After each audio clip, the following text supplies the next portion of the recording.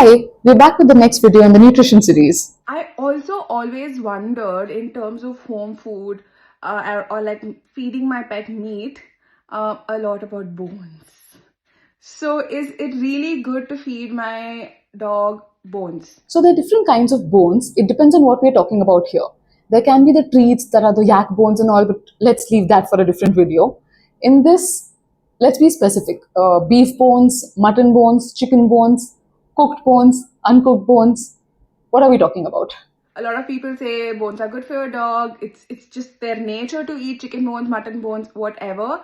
Okay, so when you're talking about mutton and chicken bones, I usually am a very strong advocate about not giving bones because it's like when you're giving chicken bones and they're cooked, you can see it for yourself.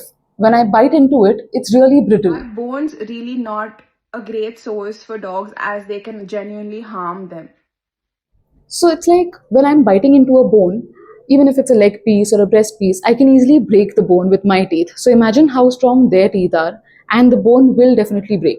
You might think, you know what, it's not harming my dog. I've been giving bones forever, so it's not like I've noticed anything.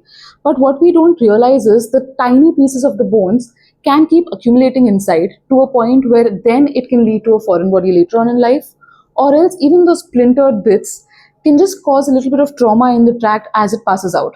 So there are times when we notice a little blood in their motions, or sometimes they throw up and there's again a streak of blood in that, or else they're just a little, sensitive around this area. When you're touching here, they have a stomach upset, and we wonder why. What did it? What went wrong? I didn't change the food. I didn't give anything new. So it can be because of the bone. I mean, there are no real. If you weigh the benefits versus the harm, I would say there are more harms attached to it than benefits. So avoid giving bones as far as possible.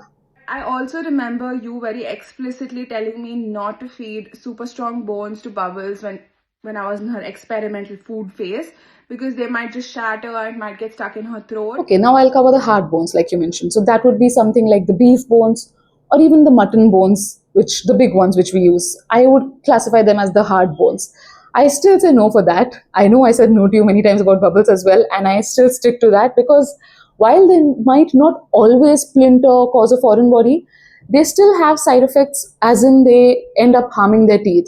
So, it can cause tiny fractures in their teeth, which so we can always tell our dentist that, you know what, I'm having sensitivity over here when I chew from this side, or, it's painful when I eat a little something which is too hard, or when I eat ice cream or anything cold.